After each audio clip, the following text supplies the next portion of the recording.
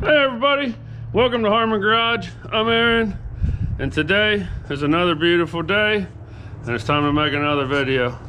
Real quick, we've had a huge surge in new subscribers lately, and I just want to tell everybody welcome and thanks for joining us. I appreciate the support, and also that I have a merch site, www.harmongarage.net. If you're interested in any merch, you can check that out. So now that we're over all that stuff, time to move on with the video. And today's video, as you saw in the thumbnail, is going to be about old Evergreen here. So we've done a whole bunch of custom fabrication on the bed. If you haven't seen that yet, there's 8 or 9 videos, I think, in a playlist called Evergreen. Go back, check them out. And while you're at it, hit the like button, leave a comment, and tell me where you're from, where you're watching from. I haven't done that in a while. It's usually pretty fun when we do it, find out where everybody's at that's watching. And like I said, we got a bunch of new people, so it'd be cool to check it out. But Evergreen project for today, the motor's going in, and if you know what I'm talking about, old Evergreen here is getting a 292. Oh, I know. Why are you gonna waste your time putting an inline 6 in it? Use a small block Chevy, put a big block in it. Hell, LS swap it, blah, blah, blah. I don't want to. 292. We've gone through this motor, came out of Kermit, did a willet start on it. No, it didn't. Yada, yada, yada. The head was the problem. Took the head off, took it to the shop to get it done because it was beyond my ability to work on with tooling and whatever else. And basically the people at the shop, I'm not sure they knew what they were doing, and they might have screwed it up, or they may have just told me that it was junk and couldn't do nothing with it. Well, I told you at the end of the last video that some plans were changing with Evergreen and the burnout truck, and that we'd go over it in the next video. Guess what? This is the next video. So I've got this 250 inline 6 in here, that there's tons of videos on this. This is the burnout truck, flip forward, front end, all that. If you haven't seen it, there's a playlist on the burnout truck too. But this head is a 292 head, and I was trying to make a race motor out of an inline 6, and it's been to the machine shop. It's had quite a bit of work done to it. It has 202 160 stainless steel valves. It has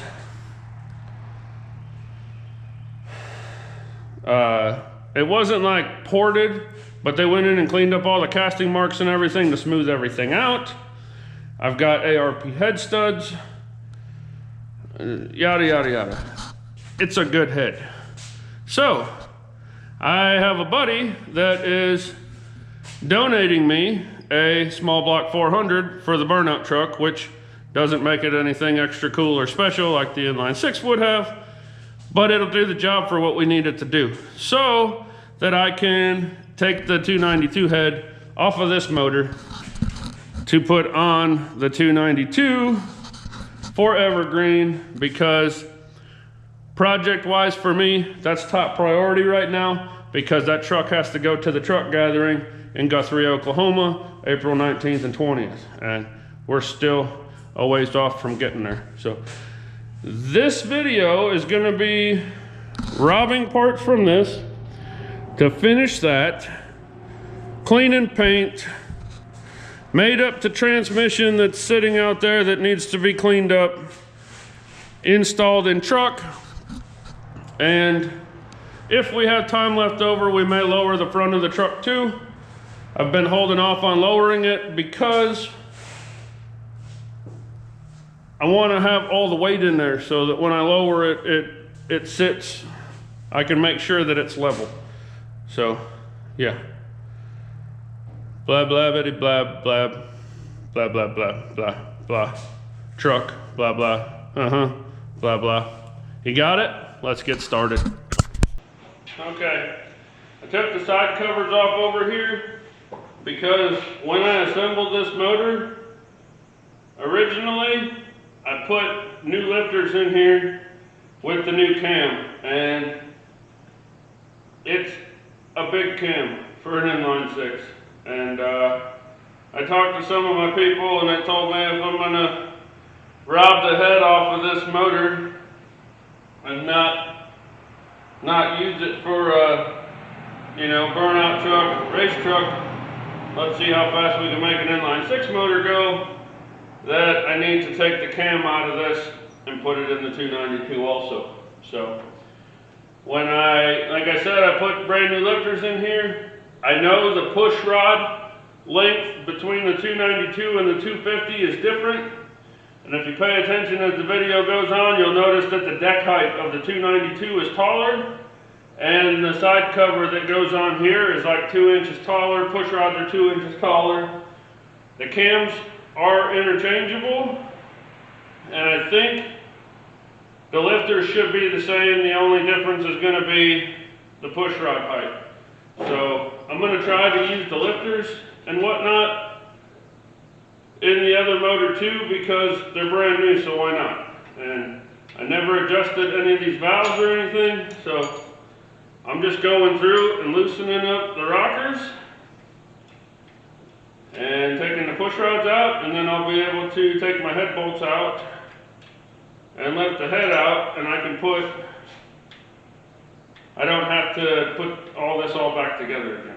That's what I'm trying to get at. It's just there, I just got to put push rods in, put the rockers on, snug them back down.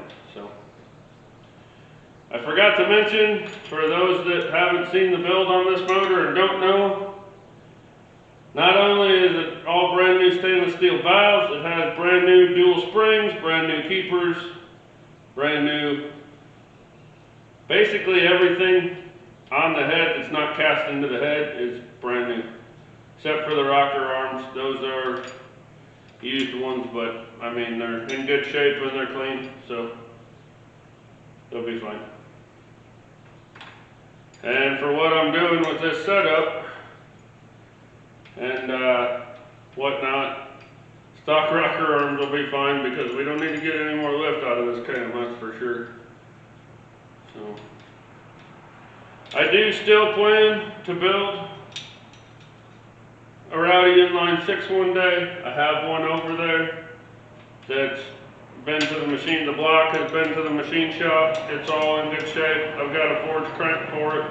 I've got H-beam rods for it. I've got parts on parts for it.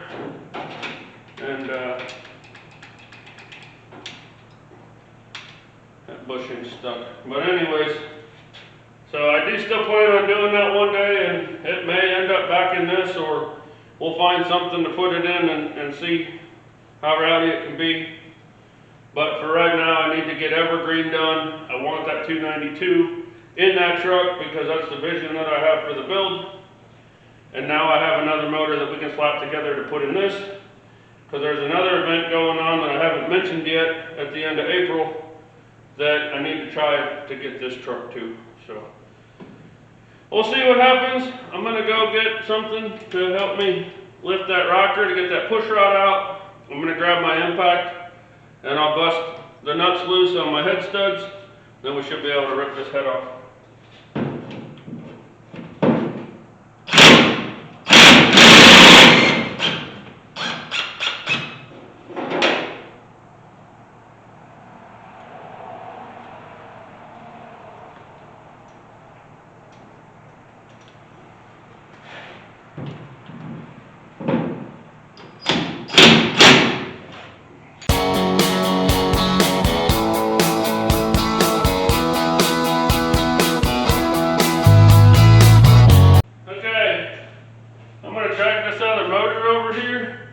And that way I can stand right here and I'm going to pull a head stud, put it in the block, pull a head stud, put it in the block, and then I should be able to snatch the head off, bam, drop it on the block, and then I'm not doing as much walking and carrying and whatnot. So that's what I'm doing.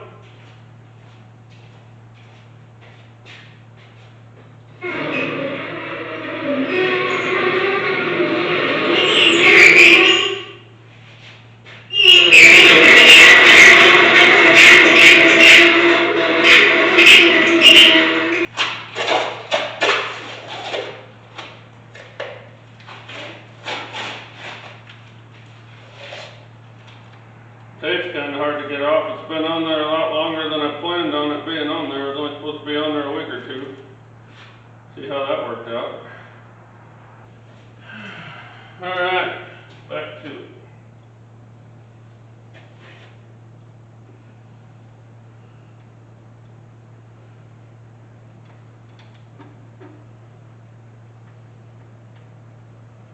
Keep in mind, these are all already lubed from putting them in that block, so they should be okay, but I am going to re-Teflon them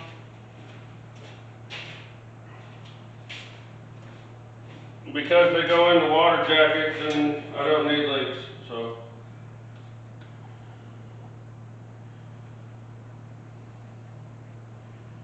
How about I speed this up a little bit so you guys don't have to sit here and watch this whole process of changing these bolts over. And go.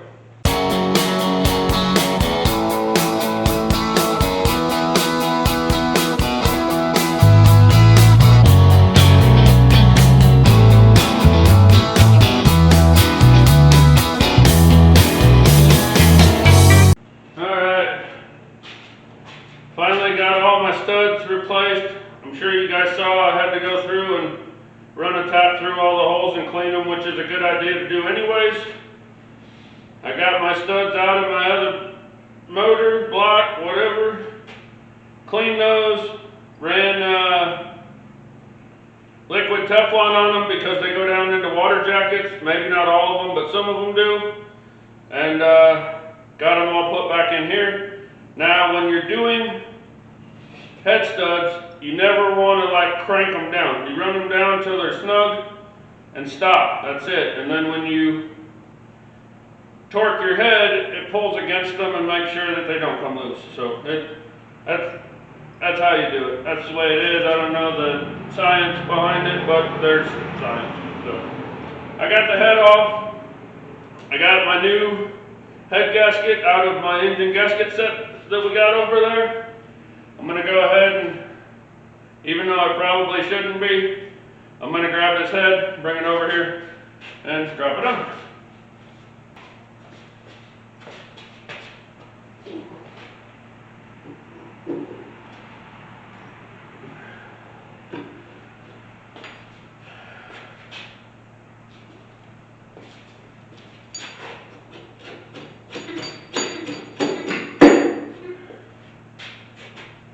Ta-da! Now, I still have to change the cam and stuff. And yes, I could have done it before I put the head on, but to be honest with you, I got a pocket full of nuts for this head, and they're heavy, pulling my pants down. So, I wanted to get them out of my pocket so that I don't have a heavy pocket full of nuts anymore. Okay. So I'm going to go ahead. I know these ARP studs, they got some anti-seize jelly stuff that goes on them to ensure proper torque. I put way too much on last time, and there's still some on here because it's getting all over me. So we're just going to shove it back on there, and it'll be okay. Because it will be. Just trust me, it'll be fine. And then of course, we got to torque the head and all that good stuff, but we also have to pull the cam out of the other motor to put in here. There's a couple things we got to do, at least one or two. Still got to put the water pump on, which I never reused an old water pump, but you know, I don't have one right now, so we're just going to reuse the old one. I mean, what's the worst that could happen? It leaks? Yeah, maybe. But if it starts leaking, at least we don't have to tear the motor apart to change it. But, do as I say, not as I do. Never reuse a water pump. I always put a new one on. Case in point, I reused an old water pump on RJ when I put it in. When I put that motor in RJ, I reused an old water pump. Last week sometime, I had to change it. Didn't even make it a year. But, honestly, I could have put a new one on there, and it might not have made it a year either, so there's no telling. Alright, what's going on here? Oh, right there. Thought I had an extra washer, but I don't. Crisis averted.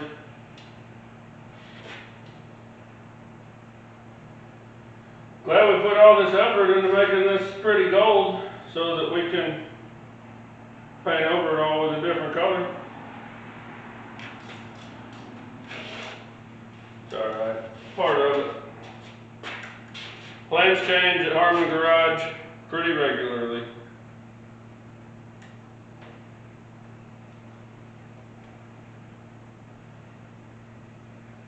Alright. Just gonna finish putting these on, and I'm gonna go ahead and jerk that cam out of that other motor, and then I'll film taking the cam out of this one and putting that cam in it for you guys. I need to check and see if the lifters are the same, because if they are, I'd rather use my brand new lifters with my brand new cam, because that just makes sense to me. And if they're not, then don't ever reuse old lifters with a new cam. Ever. Just saying. But if they're not the same lifters, we're gonna reuse the old ones with the new cam. So stuff happens. Alright. Will this motor make it to Oklahoma City? We'll find out. It might not make it to the glass shop to get a windshield put in. I don't know. We'll find that out too. But anyways, I'm going to finish putting these on. And I'm not going to torque it right now. I'll wait and torque it in a little bit. But I'm going to finish putting the nuts on. I'll get that cam out of there. And then I'll bring you guys back and we'll keep going on with the process. Okay, well, as you can see over here, got all my lifters out, lined up. Those are the brand new ones. Cam is out. And as you can see over here, this took a downhill spiral because we got oil pans and stuff back off. But this cam out of the 292 is also out. And the new cam from the big cam is back in this motor. And you guys are saying, what the heck, Aaron? You told us you were gonna film it and you filmed nothing. And you're right. But I try to keep my YouTube channel safe for work, safe for kids, safe for whatever.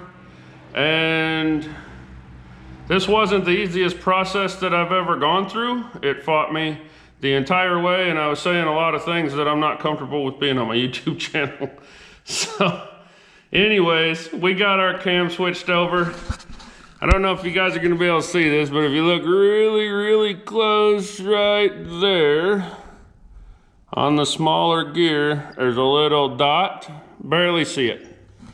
And then you got your big circle there. That's your timing marks. And then you got a screw in here and a screw in here. That's right, I said screw, it's not a bolt. It's the burnout truck motor was a flathead. This is a Phillips. Both of them are a pain in the rickus. But yeah, so everything's switched over. Cam is in. We're dripping some old oil that was in the motor, in the lifters, something. It's running down on where I need to paint and on my floor, neither of which I'm happy with tonight. So I want to get the front cover on, get the oil pan back on, so I can roll the motor back over, and if any oil leaks, it leaks into the pan. So we're gonna knock that out real quick, and then I'm calling it a day. So we'll get the, yeah. Okay, we're gonna try this. We're gonna try putting the timing cover on first, so we can get this rubber seal lined up in there the way it needs to be. And that's not going to work. I need to keep those timing marks lined up perfectly so I can stab my distributor.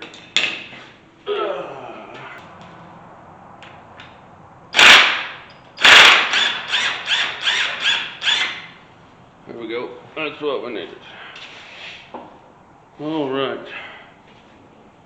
Now we're gonna go back and try to get this in here without screwing nothing up.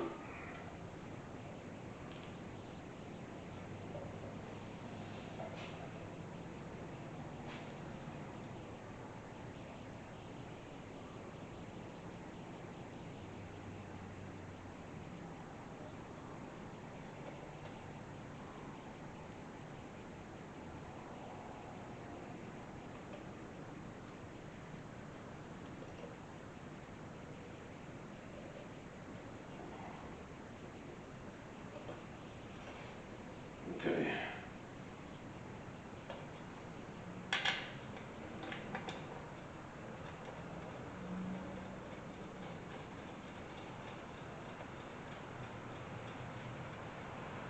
Now this may seem weird, but what I'm going to do is, now I got this cover on there and in properly with the gasket up there, I'm just going to stick 2 bolts in it to hold it, and then we're going to put our oil pan back on. And I'm leaving those 2 bolts loose. Why, you ask? Because this cover has to be lined up just right with that oil pan. So we're going to put our pan on so that it can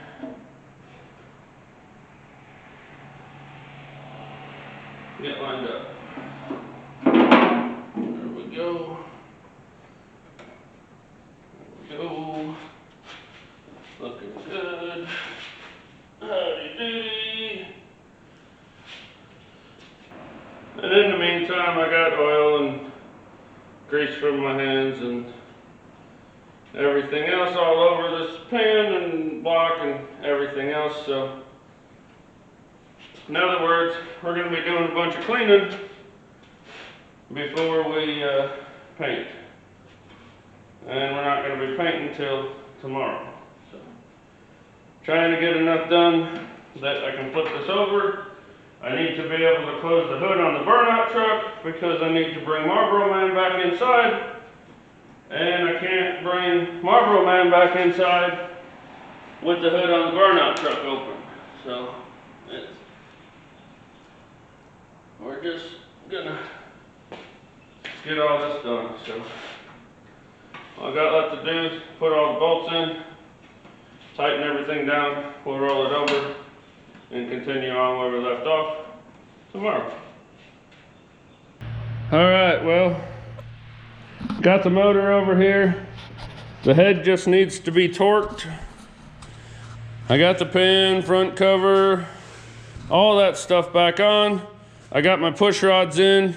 I have the valves just run down by finger tight, so they're not even tight, they're still loose. I'm gonna torque the head and then we'll go back and we'll run the valves.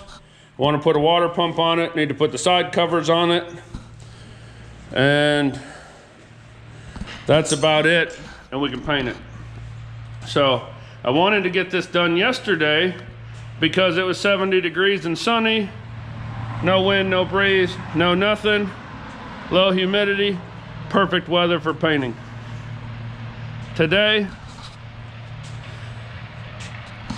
61 degrees, 10-mile-an-hour winds, and overcast.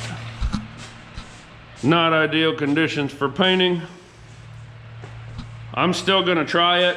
I'll squirt, squirt, squirt, squirt in between gusts of wind, I guess. Try to get some color on it, and then we can let it sit and cure overnight and maybe all day tomorrow, and it depends however long it takes to prep the truck and the transmission for the motor and trans to go in there. So that's what we're doing. I'm going to get my torque wrench out and torque the head down. Then we'll run the valves on it. Valve cover, side covers, water pump. One last rub down, cleany clean, We'll shoot some paint on it. I don't know if I told you guys what color I'm gonna paint this motor yet, but if I haven't, I have a feeling you're gonna be in for a surprise. So here we go. All right. The head on this thing gets torqued to 95 foot-pounds. And the 9,500. And the torque sequence isn't anything really special. You start at the ones in the very center and work your way out. So it doesn't really matter which order you go in. That's just how you do it. 95 pounds.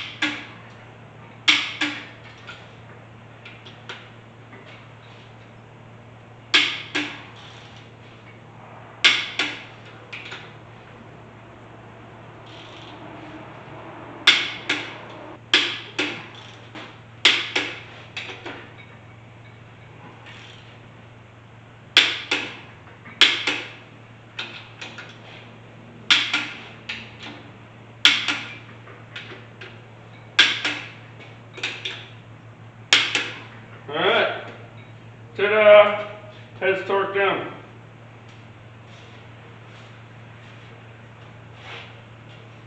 I'm going to, it's been a while since I ran the rack, adjusted valves, whatever you want to call it, on an inline 6.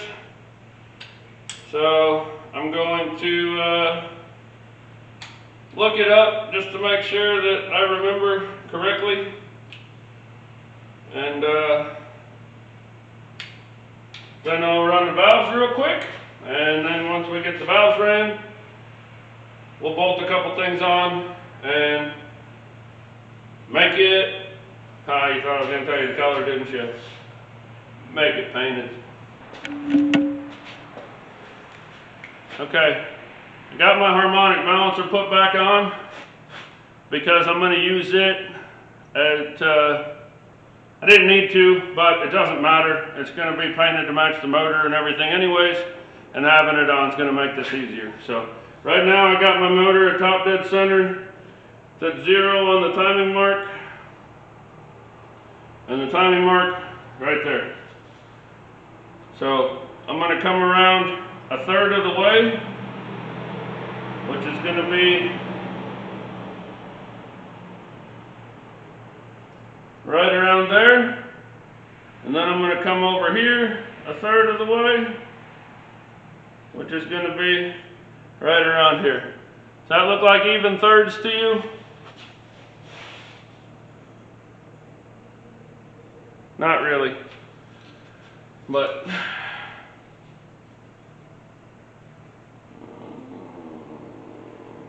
this one needs to be more here.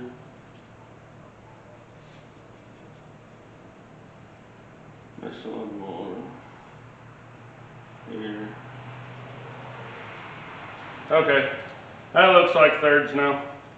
Anyways, that's the marks you need to do. We need to be on top dead center. Top dead center, we know number 1 is at the highest position, which is where we need it. So we're going to go ahead and adjust number 1.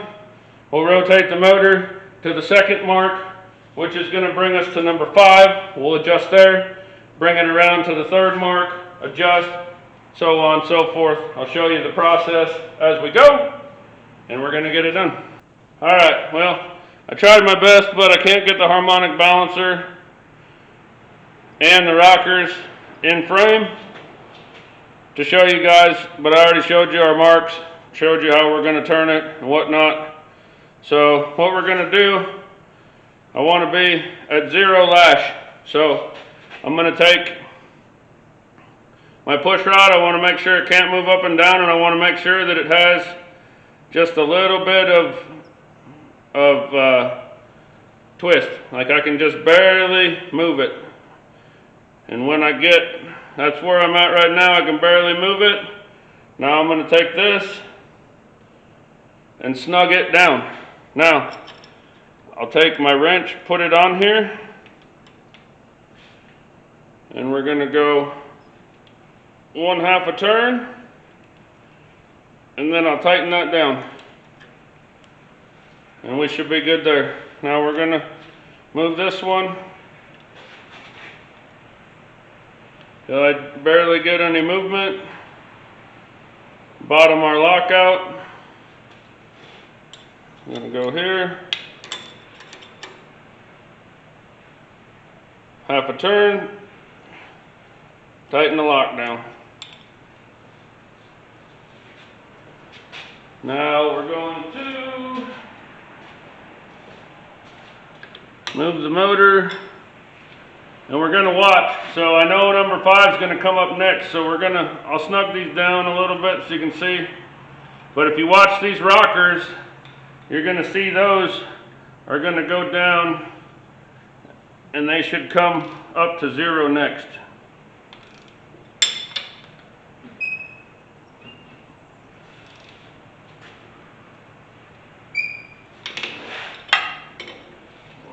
Now, for some reason, the motor doesn't want to spin.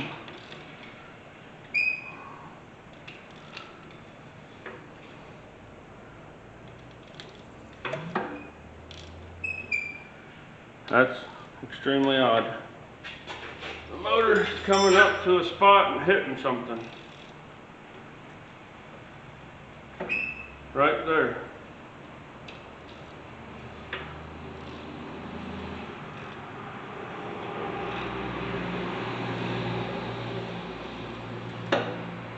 Right there.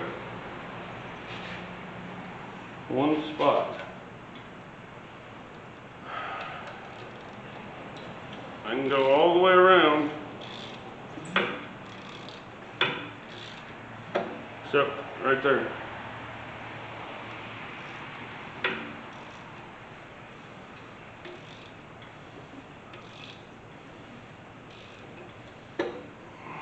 All right, Houston. We have a problem. I guess I'll just tear everything back apart and find out what it is. Okay, it's a new day. Yesterday where I left off, I was trying to adjust the valves and turn the motor over, and something started hitting something and it wouldn't turn anymore. And so I had to start digging into stuff, and as you can see, we got our balancer and our front cover back off. We got our pan back off. We got our motor rolled back over. And the reason for that being is because I found out that a 292 cam and a 250 cam are slightly different. Now, best scenario, I would have grabbed the old cam from the 292 and I would have stuck it back in the motor, and I would have said didn't need to change it anyways and carried on with the project. Problem with that is I gently took the old cam out, but I had it sitting on the ground on the timing gear, and I was backing up and I bumped into it and it fell over and the cam hit the concrete. Now, there wasn't any visual signs of damage on it, but anytime something like that falls and hits the ground, it's not good, is what I'm getting at. So after it fell and hit the ground, I said, well, that cam's junk. I picked it up, I took it out, I threw it in my scrap bin, and then proceeded and went to adjust valves and found out that this cam wasn't necessarily gonna work right. Well, The difference, the only difference between the 292 cam and the 250 cam is, on the 292, the fuel pump, mechanical fuel pump, is in the middle of the block. Now our distributor goes in here. I better look at that. So the distributors go in the same spot, but if you guys can see this on the 250 block, the fuel pump boss is up there, and the 292, it's back like where the motor mount is on this one. So the only difference in the cams is where the mechanical fuel pump goes in.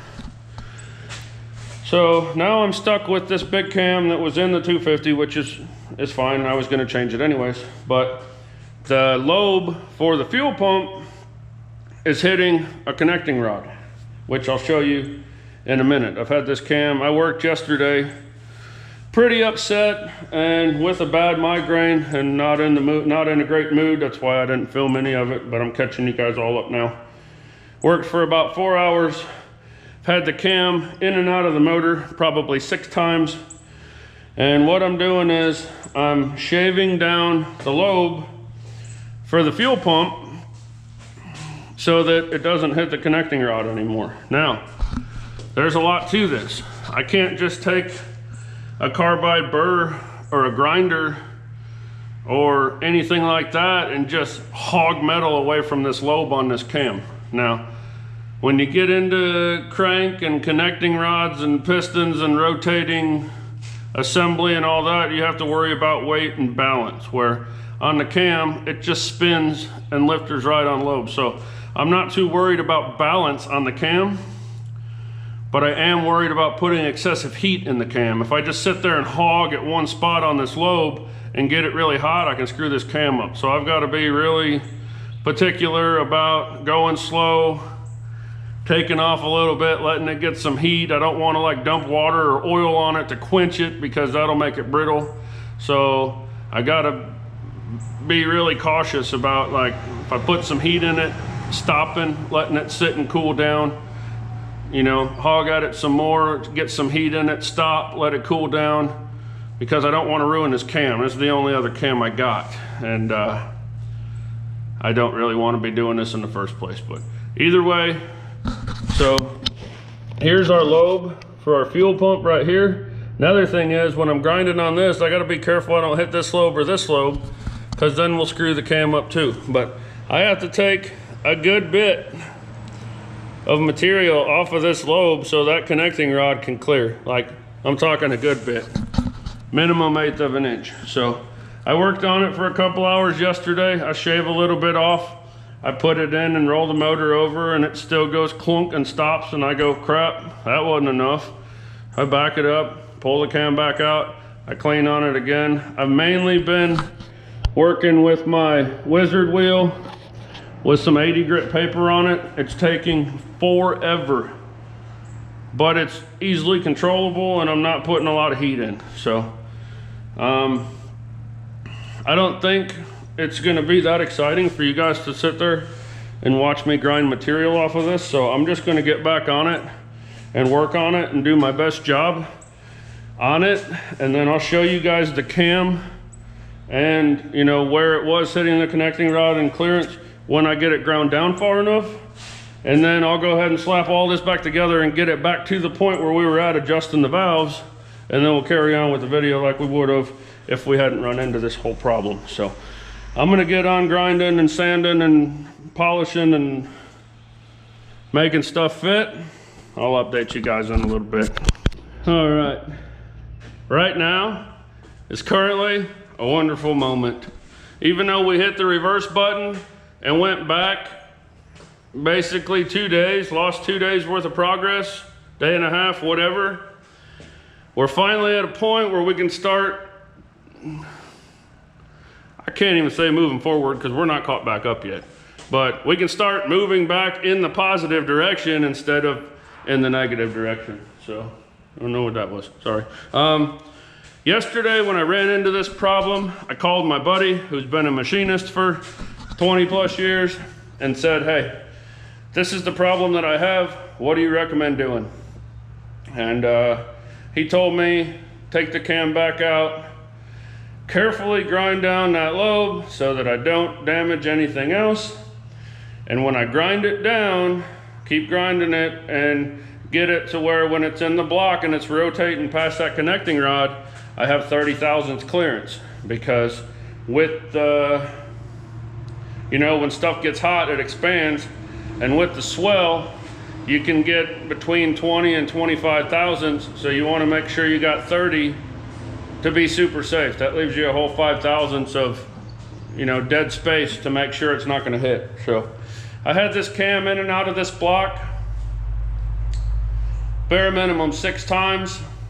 We ground it down, we polished it, we ground it down, we polished it, I ground it down, I polished it, I ground it down, I polished it, I ground it down, I polished it.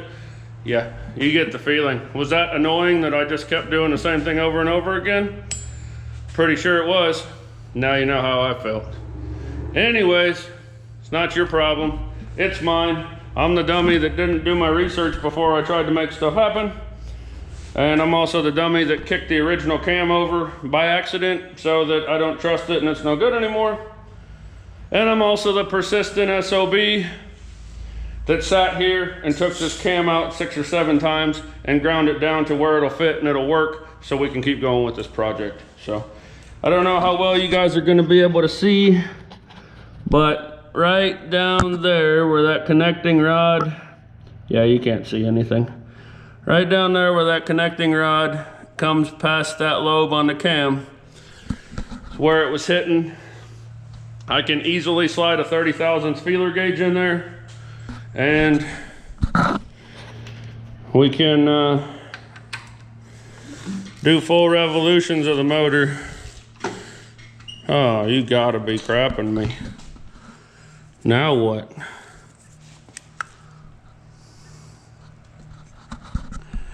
I did not have that problem at all before. I could go wherever I wanted and do whatever I wanted, and it would not hit. Look at that. I can go all the way around almost twice before it hits. That don't make any sense. And now it's hitting in a totally different spot. And I already cleaned the cam up. And I already lubed the cam up. Yeah, there's a full rotation right there. Coming all the way around again, another full rotation, and we hit. Don't make no dang sense. Huh, guess what? Just kidding. We're not done yet. See you in a little bit. All right, look what we have here. Kind of thrown back together. We got our front cover back on, we got our cam in, we got everything tied down, we got our oil pan on, we got our balancer on, we even upgraded to having a water pump on, and some other things I'll show you later. So I didn't go through the whole process of putting this thing back together or showing you the cam after it didn't hit anymore, because I had already shown you the cam, you knew what was going on, and we'd already gone through putting this together up to the point that it's at right now. So we're not gonna, you know, kick someone while they're down. We've already seen it, so we're right back where we left off. To the extent that I've already adjusted number 1, so we can turn the motor over to do the next thing. Now, what we're gonna do, if you remember, I put these lines on here a third of the way around, and I'll watch the valves to make sure they're right, because I kind of guesstimated on that third. But we're gonna turn the motor third of the way. We're going to put this line back on our TDC mark on here, and then we're going to do number 5, and then we're going to turn it a third of the way again, which will put this mark on there, and then we're going to do number 3, which is right here. Our firing order is 153, 624. We're going to keep turning a third of a turn and do 153, 624, and then all our valves will be adjusted. So we're going to go ahead and turn this. Everybody cross their fingers and, you know, do whatever you do for hopes of good things, and we're going to hope that we can go a third of a turn without this hitting anything. And by golly, we can. All right, so now we're ready to adjust the valves on cylinder 5. And are loose. Get them snugged up.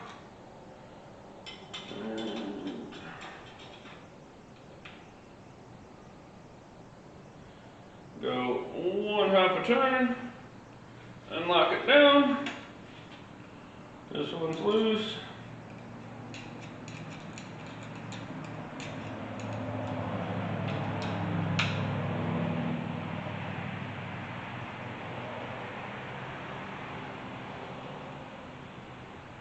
Alright, we're going to take the lash out of it.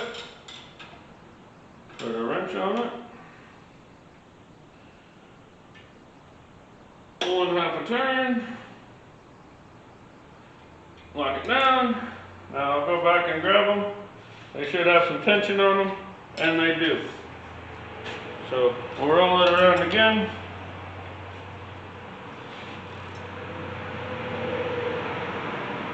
Oh, still nothing hitting. So now we're going to be on number 3. Make sure both of those are down. That's down, but this one's really tight, so we need to loosen it up. This one's loose. We're good. Alright, I'm not going to go through, I'm not going to make you guys watch me do all of these. I'm going to go ahead and just knock it out now. And we'll move on to what's next afterwards. So, here we go. Okay, all those are lashed now. I'm back on top dead center on number 1. I know that because both of my valves on number 1 are released. They're not putting any pressure on the springs. Got pressure on spring here, got pressure on spring here, off of that, or on that, off of this. We're good. Now you may have seen that I was going around, and there seems like there's a little bit of play in some of these. Now, these lifters are not pumped up. When I pump the lifters up, that should take a lot of that little chatter out of these. If there's a little bit of excess play in them, then we can always take the valve cover off and adjust them again. But this should get us close enough to start it, and that's what we're trying to do. So I'm going to go ahead and throw our side covers on. And then after we throw our side covers on, we need to throw a valve cover on. 2 days late, and it's overcast and humid outside. We're finally going to roll this thing out there. Try to shoot some paint on it. Is it going to stick? I don't know. Is it going to look good? Probably not. But that's the purpose of this video. We want to keep the change moving. So we're going to try our best to get it done. Now, I did have all the spark plug holes filled with towels so that I didn't spray paint down in them when I painted the block, but after I put the head on and as I was turning the motor over, it let me know that compression was good because it shot all of those out. So we're going to have to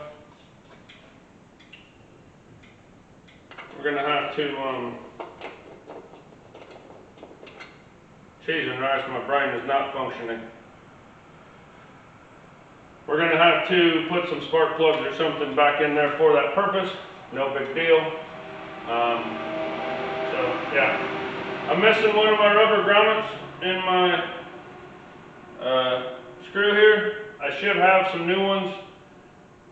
Actually, I think I already put the new ones on. I'm going to look in the gasket kit. Oh, hey, never mind. It's right there, stuck on the cover. Imagine that. Okay, that's done. Going to tighten these down. We're going to set this valve cover on. We're going to roll it out into the great unknown and start the final cleaning process. And then you guys will finally get to find out what color we're going to paint this thing. So, here we go.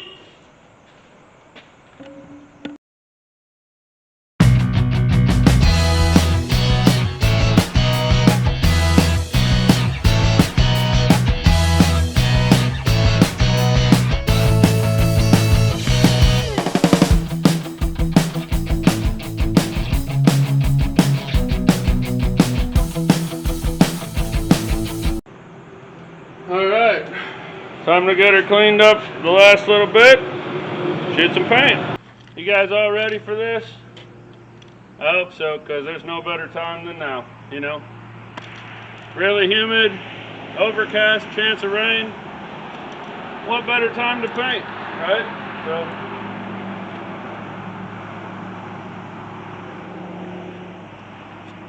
Got her nice and clean. You guys ready to see what color it is? Here we go.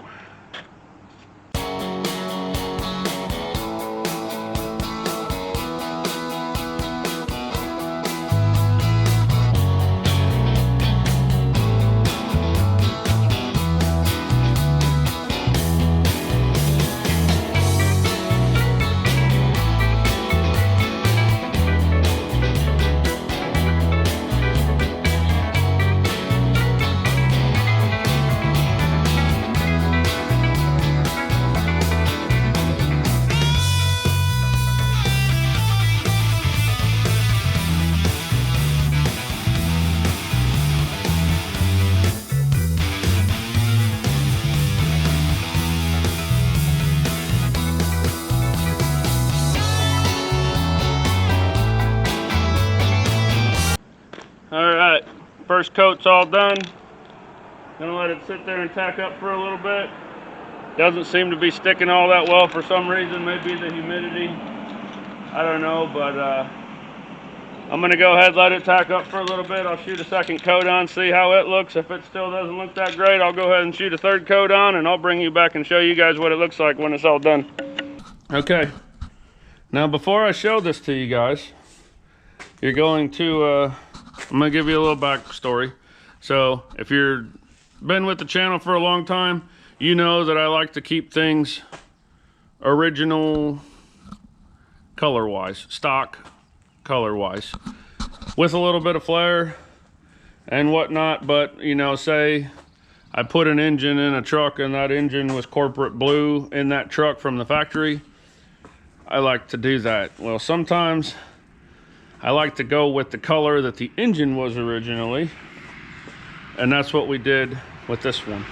And if you guys aren't familiar with 292s, you're probably not gonna know that this color was ever even a Chevy engine color option, but it was. It's what we're using. And the first can, I don't know what was wrong with it. It didn't lay out very well. I don't know if it was a bad can of paint. I don't know if it was the painter. I don't know if it was the prep work. All of it's very possible.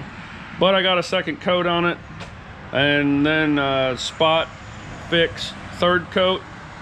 I think it turned out pretty good. So here it is. This is Duplicolor DE1618 Alpine Green. It's the original color of this motor, and I really like it. It's gonna go right here in Evergreen, which is dark green, so we're contrasting with the greens, and I think it looks great. I like it a lot, and yeah, so like I've already mentioned probably way too many times, to the point that it's getting annoying, I'm way behind on this project for this video, but the sun's going down and I got kids waiting for me at home. So I'm gonna get that motor inside where it can sit in here and cure all night. And I'm gonna put in some overtime this week because it's Friday afternoon right now. So I'm gonna put in some overtime this week. We're gonna get over here and we're gonna get this dang video done for you guys to watch on Tuesday. So I'll see you in the morning. All right, I'm back and ready to get after it. And Friday, we painted the motor. I didn't come to the shop yesterday. Today's Sunday, I'm back, and motor's looking good. It's had some time to dry and cure. The weather was decent all day yesterday. It didn't rain until last night. So it was nice weather yesterday. And so it's had time to cure up. It's nice. It's hard to the touch. Not gonna try to stick a fingernail in it or nothing because there's no reason to. But it turned out real good. I'm happy with it. It's got a nice even coat on it. Everything kind of blended together. A couple runs that I knew were there kind of smoothed out and blended out. All of that, very good. So we're back today. We're gonna do some more work. We're trying to get this motor and that MV3500 transmission right there in old Evergreen before the day is out. So we'll probably get it done like Tuesday after the video should be up. You know how it goes with Harmon Garage here. So anyways, we're gonna do what we can do. This is the first time that I have looked in this truck to see, I looked to see what motor mount towers were in here and checked with what other pieces I had, yada, yada, yada, yada, yada, yada, yada, to make sure that we were going to be able to use what we had to mount this motor in here, which we can. But I've learned some things. So, all right, here we are in the engine compartment. And first things first, that Z-bar for the transmission clutch, gonna have to come out. For one thing, we're going to hydraulic clutch. Two, it's gonna be in the way for this setup. That cross member right there is where the transmission used to mount. It had the bell housing style mount. That has to come completely out, which isn't gonna be fun because it's all riveted in, but it's gotta go. We're gonna build one of my exclusive Harmon Garage transmission cross members to put in here. I've got two more cut in there. I just got to weld one together. So that has to come out. We have to build a new cross member. And then these, that one is pretty much where it needs to be, which I'll explain in a second, but it's loose. This one is not where it needs to be. It doesn't even have a bolt in the bottom. And that bolt, I think, is going to need to be here. And these bolts up here are going to need to be in the furthest holes over here. But this looks like it's been ripped out at some point or another. Like the bolt is in a hole that's ripped out of the mount. Looks like it's been welded on before. So first thing I'm going to do is I don't think I need to take the driver's side tower out. I think it'll be fine. I just need to tighten bolts down, maybe put some washers on, some better bolts, whatever. So I think that one's gonna be fine. Passenger one I need to take out, and we're gonna have to do some repair work on it. As in like weld it up good, probably drill some new holes. And then we also have these towers that mount to the side of the motor. These towers mount to the side of the motor. A rubber motor mount, which I can show you in a second, mounts to them. And then the tower in the truck bolts to the motor mount. But as you can see there, this mount here has a big crack in it and it's kind of separated, so we need to clean this all up, grind that all out, weld it back together. Here's our one for the other side. It's in pretty good shape, just needs to be cleaned up and have some paint shot on it. But that's where we're at. So not just a quick and easy set it in the truck, it's ready to go. We got to do some work. I'm gonna get this motor mount taken out. We'll start repairing it and repairing the one that bolts to the side of the block. We'll start getting this old transmission cross member cut out and deal with it. And then after that, I still need to pressure wash the MV3500 that's in here, which of course it's raining cats and dogs today, so it's a perfect day to be out pressure washing. But yeah, yada yada yada yada yada. I'm still blabbing. You get the picture. We're gonna start some work. Okay, I got my tower out of the truck here, and I got my two motor mount brackets like I showed you earlier. This one's got the crack in it. These holes are all blown out, and they had welded it to the frame. So first thing I'm going to do, take a wire brush here, and I'm going to clean all this up as good as I can. I'm going to get my wizard wheel out with a grinding disc on it, and we'll grind all this nasty looking weld off of here. And then I'm going to get this one cleaned up as well. And we're going to clean that up with a grinder also, get it pulled back into place the best that we can. And then I'm just going to weld these holes up, weld this crack back up, and we'll clean it all up.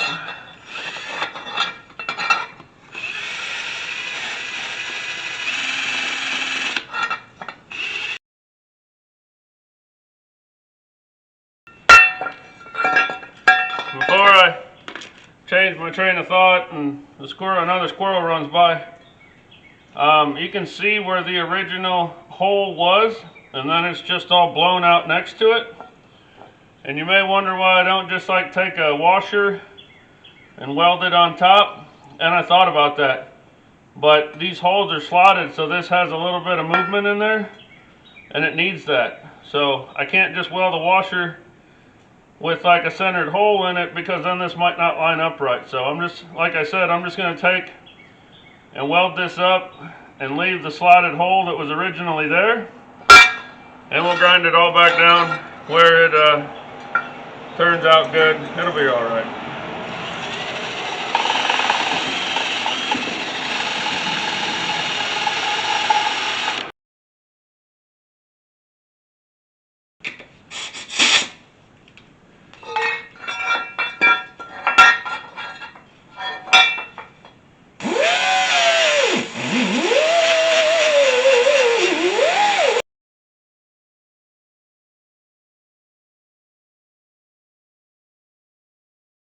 Alright, well, you guys saw that motor mount tower was messed up. You saw that the bracket that goes on the side of the motor for the motor mount was messed up. So I guess that's just going to do it for this video, because I got to go online and make some phone calls and whatever and try to order the right stuff so we can put it in here and get the motor. Yeah, right. We don't do that around these parts. Around here, we're poor and we fix stuff. So you guys saw me sanding down, grinding down on this. And I didn't want you to think, oh man, you just ground the flats and didn't get inside there to get all the dirt and crap out of there. Yes, I did. I just didn't film it. I took a burr bit, I got in there, I burred all that out. Like I said, I didn't really show you guys this, but you can see the factory drilled or punched edge at the top, and then down here is where it's blown out on both sides. So I'm just gonna weld from here down in on both sides. I'm not gonna weld any material in there. I'm just gonna get the welder hot, and I'm just gonna keep burning and filling and burning and filling and burning and filling. And when I get that all filled in, then we'll go back with our burr bed again, and we'll make that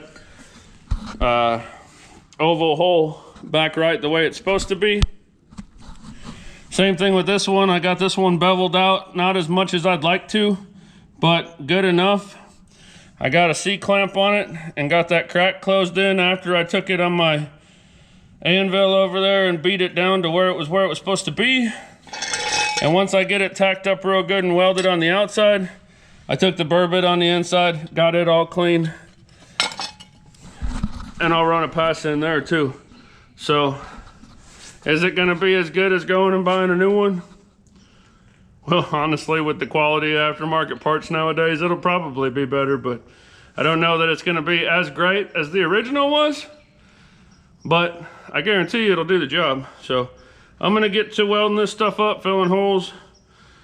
Here, this and that, this and that. I'll film the best that I can for you, but I will definitely show you good footage of what it looks like when we get it. All right, now, keep in mind, if you don't have a good ground, you're not gonna get a good weld.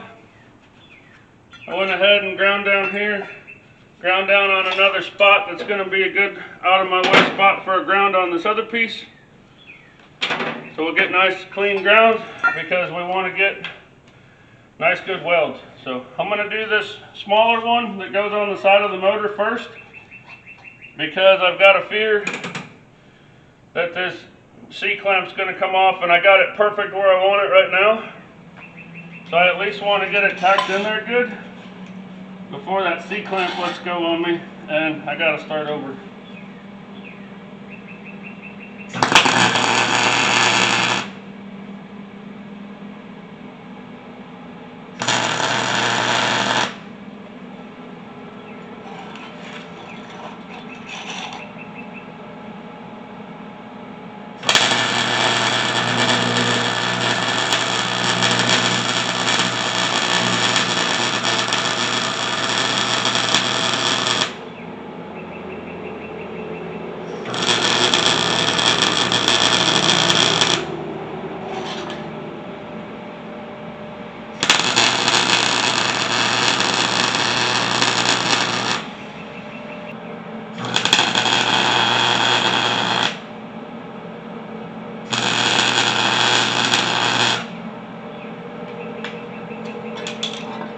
Got the outside welded up. I'm going to try to get as much weld on the inside as I can, and I want to do it while the outside weld's still hot, because then it all cools and binds together. Right after I put the ground back on.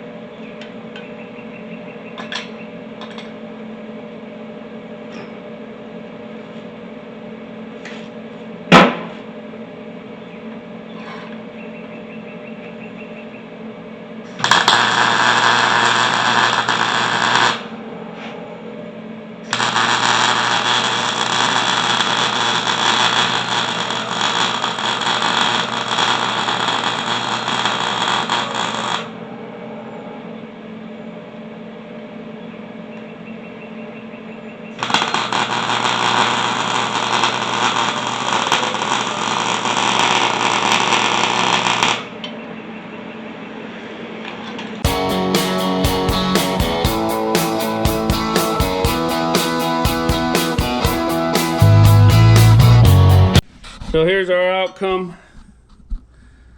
Got our holes back small like they need to be. Actually smaller than they need to be. Now we'll go back with a grinder and smooth those out. Take our burr bit, go in the holes and make them nice ovals again like they're supposed to be. Just big enough for a 3/8 bolt to fit through there. And then that's all welded up solid, one piece again. And we're gonna do the same thing. Grind all that weld back down, and when you look at it, you'll never be able to tell we even welded on it. It'll look, well, you'll probably be able to tell that I welded on it, but it'll look better than having a big old split and a crack and not fitting like it's supposed to. So, sorry, I had heavy air, humidity, messes with my breathing, but I'm getting through it. So I'm gonna get a grinder out, and I got my wizard wheel with the 80 grit. I'm gonna get my grinder with like some 36 grit or 40, something coarser than 80, knock the heavy stuff down, come back with the 80 on the wizard wheel, hit it, and then depending on how I'm feeling and how it looks, I may come back with 80 on the DA and smooth it out too. But at the end of the day, I'm gonna shoot some semi-gloss or low gloss black engine paint on it. It's gonna be down in the engine compartment where you really won't see it. So we'll see how I'm feeling when I get to that point. Most likely I'm gonna hit it with the DA, smooth it out the best that I can. But we'll see, so let's get it done. All right, I got those all sanded down and cleaned up and ready for paint. And this is what we got. I could probably clean it a little bit better, but it's gonna be fine. There it is, all cleaned up on the inside. There's that one. If I didn't know better, I'd lie to you and tell you can't hardly tell that I did something to it, but it's not that perfect. But either way, it's cleaned up, ready to paint. This one's cleaned up, ready to paint. Already been wiped down with Prepsol. So I've got our transmission cross member, the DIY transmission cross member that I produce and use for myself. I haven't measured the frame width yet on this truck to make sure it's gonna fit, but I've had really good luck with it fitting every other Chevy frame that I've tried to put it on. So I'm gonna measure real quick and make sure that it's gonna fit. If it is, I got 80 grit and my DA. I'm gonna go over and sand everything, as the metal's still got mill scale and a coating on it. And I need it cleaned off so it welds better and it'll have a smoother paint job. So the hours are fading fast today. I wanna get those parts painted. I wanna get my transmission cross member all done and painted. And if I'm lucky, get that cross member out. If I can do that, I should be able to come over tomorrow. The paint should be cured enough that I can mess with it, and I should be able to bolt that stuff on the engine, set the engine and transmission in, and and still make my personal deadline. So if I can't get the cross member out today, I'll just have to work harder tomorrow, because I'll have to take the cross member out tomorrow and still get the same amount of work done. But I'm gonna go and measure for that cross member, make sure the width is right. If it is, we're gonna start cleaning it up and get ready to build it. Okay, I did some measuring. It is gonna fit. So we're gonna put the hammer down and get to work.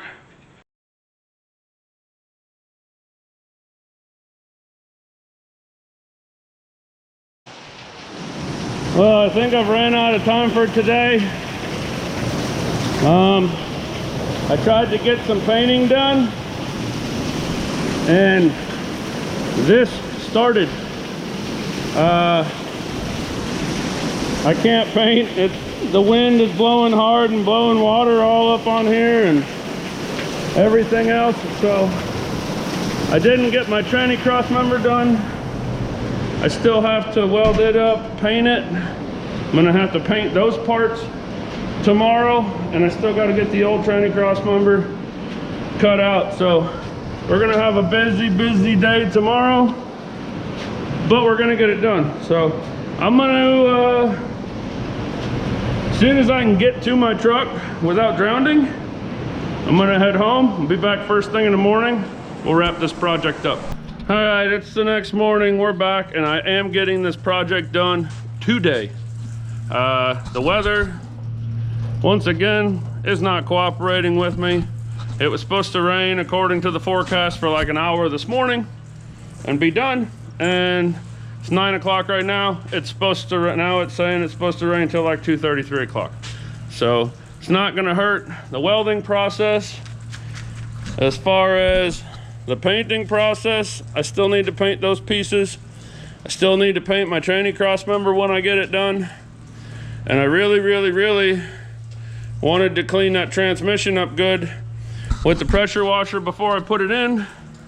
That may not be an option. We may just have to clean it by hand the best that we can, which will probably be better anyway, so we don't get water down inside of it. But I've got some ideas on how I'm gonna be able to paint. Don't know if they're gonna work or not, but we'll try whatever we gotta try to get this done. I can't sit down and take a nap because of the weather, and this is what I'm working on, so I gotta keep going with it. So that's what we're gonna do. I got my pieces for my tranny cross member bent.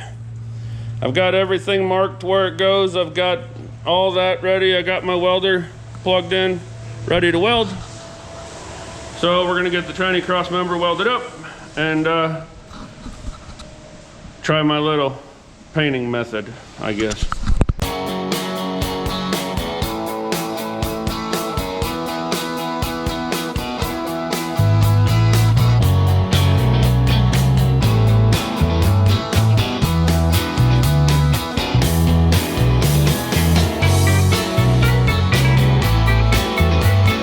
All right, well, we got that tranny cross member banged out pretty quick, and the welds on it don't look that great. Luckily, it's a tranny cross member. It's gonna be under the truck. You're not really gonna see it. I don't know what the issue was, but my feeder on my welder wasn't really cooperating that much today, but whatever. We got it welded. It's plenty solid. It's good. The welds got great penetration. They're good welds. They just don't look good. So we're kind of working with one of those, if it works, is it really a dumb idea type things this morning, because I need to paint stuff and the weather says no. So we got like 98% humidity, maybe 100. I mean, it is raining, and I have to paint the motor mounts, the engine tower, and this cross member so that we can get to where we want to be today. And so if it works, is it really a dumb idea? I don't really know if it's gonna work, but we got a space heater trying to at least warm up our parts here, and maybe hopefully take humidity out of the air in that spot. If I could build some kind of box or something so I could like keep the humidity out of the box, that would be better. But we're gonna do our best. We're going to shoot a coat of paint on all that stuff with the heater and leave the heater sitting right there on it to dry it. Probably gonna dry it too fast. It's probably gonna make the paint brittle and it's probably gonna chip, but what can you do? We're gonna do our best and see what happens. So I've already had it sitting there for a little while.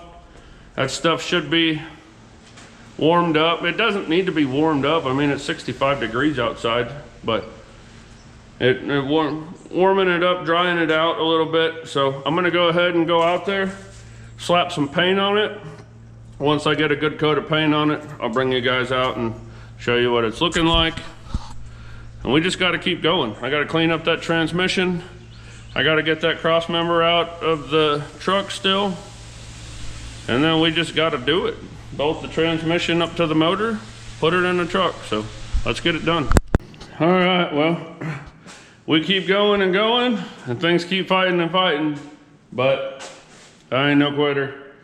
So motor still looks pretty sitting here on the stand, but it's still sitting here on the stand. So I went out in the rain and pressure washed the transmission. I'm not gonna say it's great, but it's a heck of a lot better than it was. You guys may be able to hear in the background that we went from torrential downpours to gale force winds, so there's always that to look forward to. But I thought I had a clutch that I was gonna be able to use with this setup. I did not.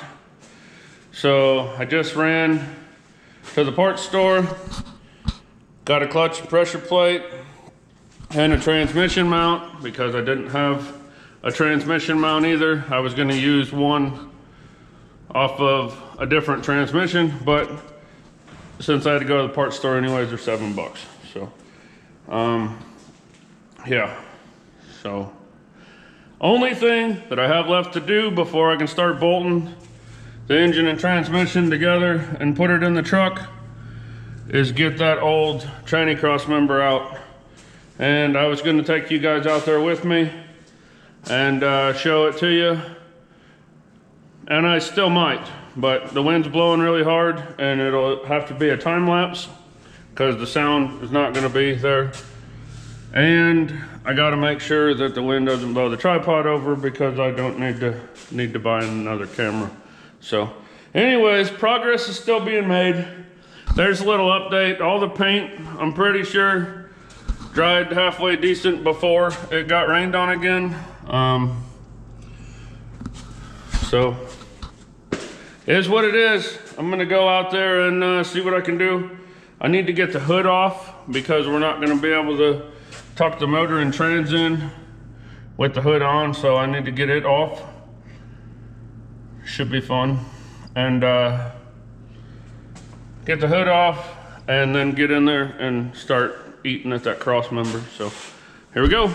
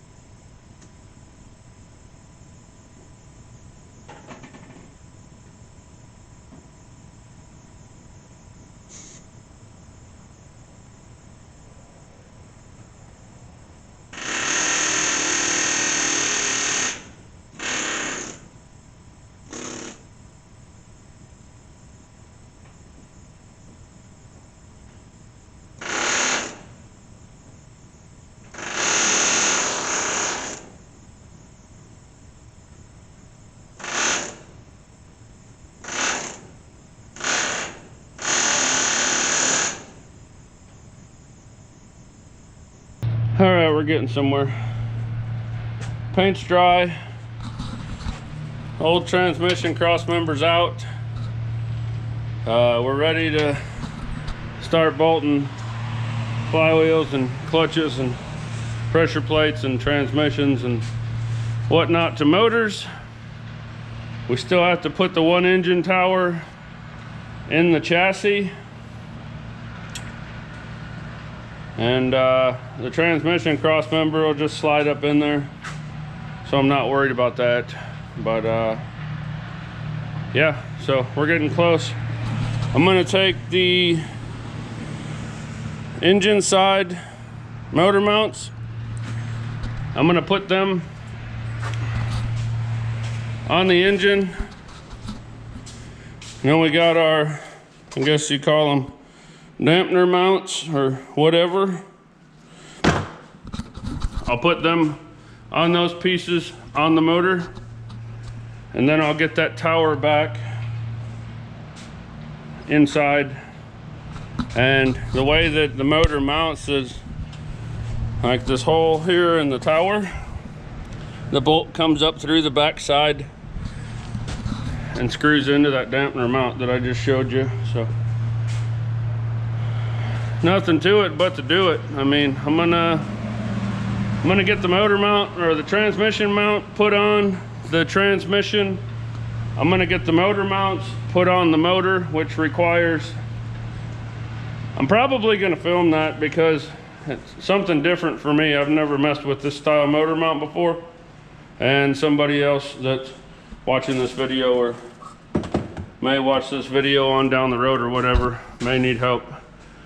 So I'm sure you can figure it out like I did, but you get the principle. And you may be saying, Aaron, you're just gonna stuff that bright, shiny, painted motor in that dirty, old, oily, rusty pile of crap engine compartment? That's exactly what I'm gonna do.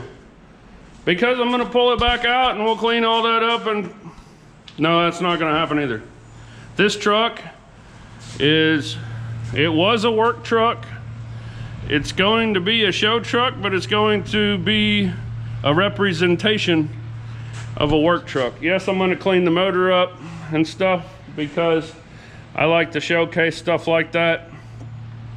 The interior is going to be nice-ish, and the bed is going to be nice-ish because I want to showcase all the work that I did on the bed. But other than that, I'm not going to open the hood at a car show so somebody can look at the inner fender.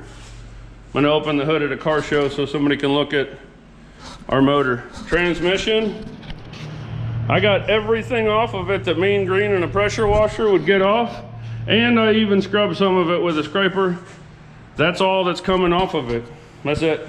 But I get the motor in, I get the trans in, I get everything tied down. Then we can lower the front down to where we want it, and we'll have our stance. Then we can clock our rear end, weld our perches and tighten our U-bolts down, C-notch the rear, finish the bed, and a lot of progress will have been made. Still a long way to go and a short time to get there, but we're gonna get it done. I'm gonna stop talking to you guys because talking to you isn't getting work done, so I'm gonna get work done. All right, I told you I was gonna film putting the motor mounts on. They weren't really as confusing as I thought they were once I got them up there, and they can only go on one way. I did find out this motor mount is the new ones that the rubber isolator is the new ones that I bought. It fits perfectly fine on this side. It says it's for both sides, but when I came over to this side to put it on here, no bueno. Hits the block. I had these old motor mounts, these old rubber isolators that came off of this motor. They're a different configuration. It fits. So I took the better one of the two. I'm not saying it's great. Better one of the two. We're gonna put it in. I can get to it fairly easily to change it if I need to in the truck. So I don't know. I'm trying to stay out of the wind, guys. It's windy. So I don't know if this is a dumb idea or not. I didn't want the chain beating up my paint job on the valve cover. I mean, at least it's only touching the valve cover, so I can pull the valve cover back off and paint it if fix it and paint it if I need to. But I was like, all I really need is something to keep the metal off. And I thought about wrapping shop towels on there, taping it on. Don't know if it's gonna work, but I guess we'll find out when I take the chain off of it, which will be once it's in the truck, which is what we're about to do right now. So I'm going to flywheel, clutch, pressure plate, transmission, and then we'll be putting it in the truck. So I'm gonna go ahead and bang out getting the transmission mounted to it, because we're mounting the transmission to it. I've got like 5 other videos of putting a transmission on a motor. If you want to check them out, you should if you haven't already. So I'm gonna get that mounted up. We'll get ready to stab this thing in there. All right, there's no better time than now. It's dark, it's cold, I don't have any quit in me, and I got the transmission. You see it over here somewhere? Got the transmission hanging from the motor, hanging from the cherry picker. We're about ready to jack it up, stab it in the truck, and be able to call it a night. So I haven't had a project give me a good old-fashioned whooping in a while. Well, this one has definitely gave me a big old-fashioned whooping. So I'm showing it who's boss, because I'm not leaving until this motor's sitting in this truck. So that might be tomorrow, but hopefully you guys are still here watching when it happens.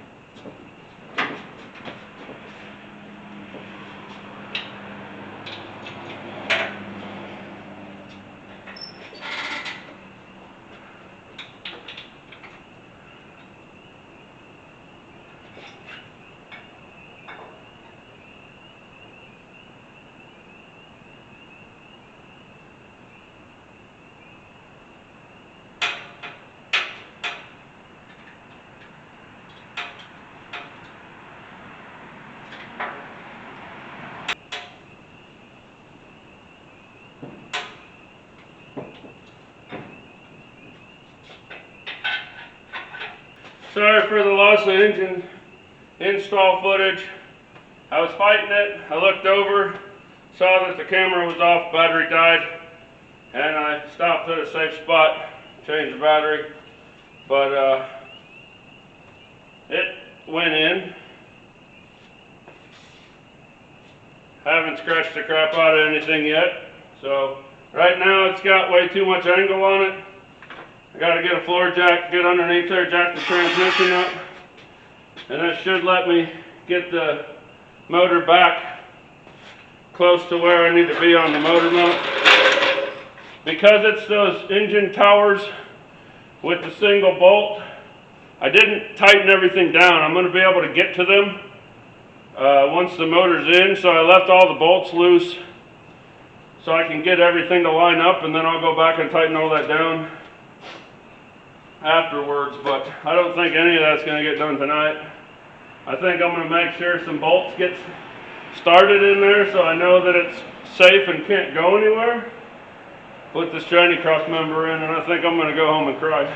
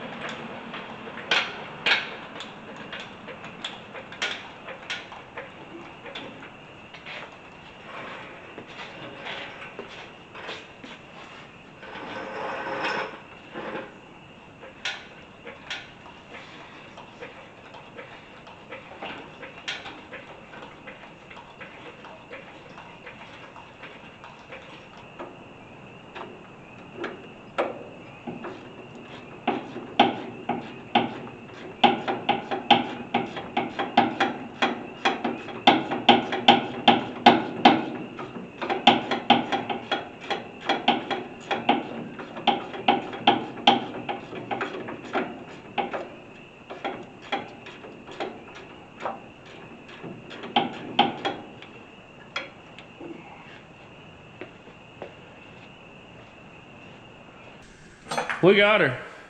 Like I said, a little crooked, I'll show you that in a second, but I just wanted to mention that it's 2 days before Valentine's Day, and it kind of looks like the St. Valentine's Day massacre took place out here on my patio. That'll be a problem for tomorrow. I'll get all that cleaned up. Heck, it might tsunami rain tonight and pressure wash it for me. There's no telling. Sorry about the wind, guys. It's terrible. It's beating me up. There's nothing I can do about it. We'll get this over with quick. There she is. Motor's in the truck. Looks good. Like my worst fears. We got a little bit of a nick from the chain. Just right there. That's the only spot. I should either be able to touch it up, or I'll pull the valve cover back off and fix it. But we got our motor mounts in and bolted. Not tightened down all the way, but we got the bolts started on both sides. And I think I'm gonna have to shim the transmission up a little bit. It's leaning a little bit harder than I'd like it to, but we'll figure all that out when we do drive shaft angles and all that stuff. So there's our tranny cross member. We got to drill holes in the frame and mount it. For right now, it's just sitting there. Tranny's sitting in it like it should. One thing I wanted to check and haven't yet is our shifter gonna line up in our doghouse. The answer is no. So, alright, you guys can see the shifter's like back here. So, right there, it's off. Crap, it's not even off by that much. Couple inches, maybe an inch and a half. Uh-oh. But that's okay. We will, we'll just trim that hole out a little bit, and if we have to fill it in a little bit for a shifter boot to go on there good, that's fine. That's what we'll do. Not that big a deal. If I was worried about having to trim that piece of metal a little bit and maybe filling a little bit back in a little bit, I wouldn't be doing this project. So it kicked my butt. I know I've said that 100 times, but I'm saying it again. And I'm wore out. I'm ready to go home. So that's what I'm gonna do. So motor's in Evergreen. Tranny's in Evergreen. Granted, it's not like ready to start up, but we are that much closer to getting this sucker to the truck gathering. April 19th and 20th, Guthrie, Oklahoma. Do not miss it. I will be there. I will have merch. Evergreen will be there. one way or another. I know it doesn't seem like this truck's gonna be at a show in Oklahoma City, April 19th and 20th, but I took Rum Runner last year and she didn't look like she was gonna be ready 2 weeks before we left. And I drove it there and got in a terrible accident and totaled the truck. But regardless, it still made it.